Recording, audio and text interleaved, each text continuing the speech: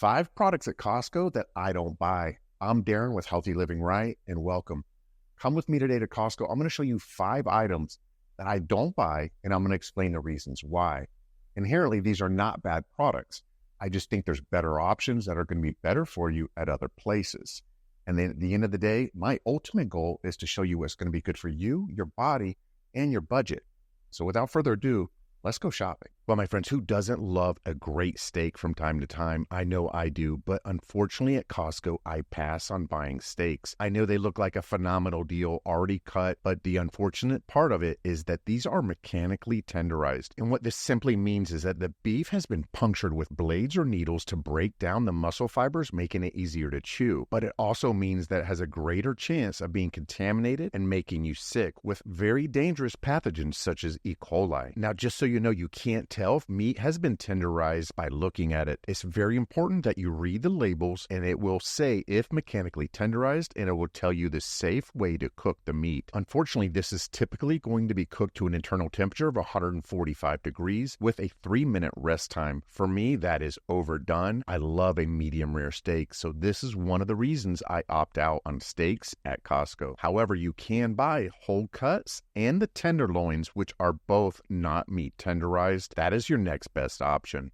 Now, I realize this is going to rub a few people wrong, but I never buy my olive oil at Costco. I don't think it's a phenomenal deal, and I honestly look at olive oil like a fine wine. I want to get the best that I can afford. I don't want something coming in plastic, and I don't want something that has been sitting on the shelf for who knows how long. Now, some people say they love cooking with olive oil, and I get it, I understand, but some of those rich flavor compounds evaporate when the oil is heated. That means the rich, pungent flavor of olive oil is lost in the cooking process. You could save money and use the heart-healthy avocado oil. Now, one of the best ways to buy olive oil is to shop small. Look where places that you can sample the oil. A phenomenal olive oil should have a slight taste of spicy and peppery, little kick in the back of your throat. Those are the polyphenols. That's what you're looking for. I promise when you try a phenomenal olive oil, you'll find excuses to put it on everything. It tastes incredible, and you'll never want to cook with it. I try to use my olive oil every 3 to 6 months and replace it often. But guys, do me a big favor when buying olive oil. Always look for extra virgin, always look for a harvest date, and always look for a single country origin. And one other thing, bigger is not always better when it comes to olive oil. Keep in mind the simple acronym OLA. Heat, oxygen, light, and age are the enemy of olive oil. Well, guys, there's nothing I look forward to more on a weekend than grinding some fresh coffee beans and putting it into my French press and enjoying an amazing cup of coffee. But no matter what type of coffee beans or how rare and expensive they are, it is all for nothing if they're not fresh. The freshness of the beans relies on how old the beans are after being roasted and how they're stored at your house. A single coffee bean is composed of thousands of compounds and molecules, all of which either degrade or evaporate over time. Carbohydrates go stale, lipids rot, oils evaporate. Over time, all of this contribute to a degraded flavor profile. This is why I just don't think it makes sense to buy 2 and 3 pound bags of coffee beans at Costco unless you have a business or you plan on going through these very fast. You have better options at smaller stores. Now, how do you tell if the beans are fresh? Well, your tongue can taste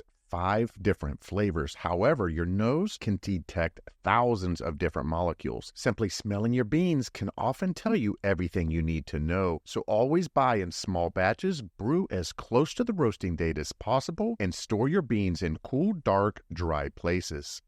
Have you ever taken a spice out of the cabinet and wondered if it was expired? Well, spices are often accumulated over time, growing as we discover how to season the foods to our liking. Instead of spoiling, spices past their prime lose flavor and potency. They can contribute to a musky or odd flavor that can destroy a great meal. So guys, typically ground spices lose their freshness the quickest. Typically, they don't last more than about 6 months. The best freshness test for a ground spice is to smell them. If it smells like nothing, it's time to say goodbye. That's why I typically don't buy any spices at Costco, unless, of course, you have a big restaurant where you're going to go through this very quickly.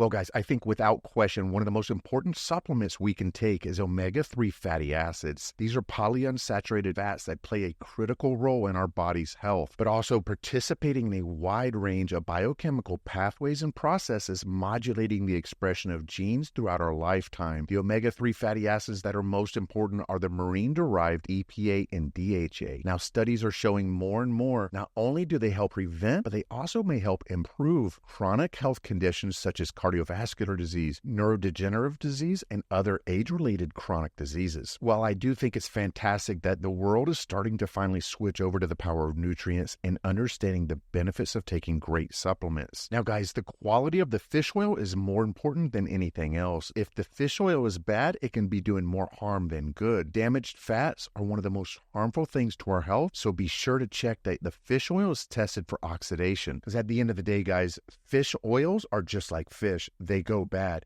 And buying in bulk is a bad idea. So guys, just a few things to look for when buying omega-3 fish oils. Always look for a product that tests for oxidation markers, tested for heavy metals and environmental toxins, and you want to make sure it's in triglyceride form. This is going to be the most bioavailable for your body. You always want to make sure that it's at least 1,000 milligrams of EPA and DHA. Always look for third-party certifications. And guys, one last thing, when you do buy omega-3 fish oils, make sure that you're storing them in your refrigerator. This prevents any oxidation and it helps keeps the fatty acids stable. Now, guys, this is just my personal opinion on why I don't buy my fish oils at Costco. Just like with the other ingredients, I like to know how long it's been sitting on the shelf. I like to buy my fish oils directly from the manufacturer, and I buy as small quantities as possible to ensure that I'm getting the highest grade quality omega-3 fatty acids possible. This is very important. This is, to me, one of the most important supplements I take.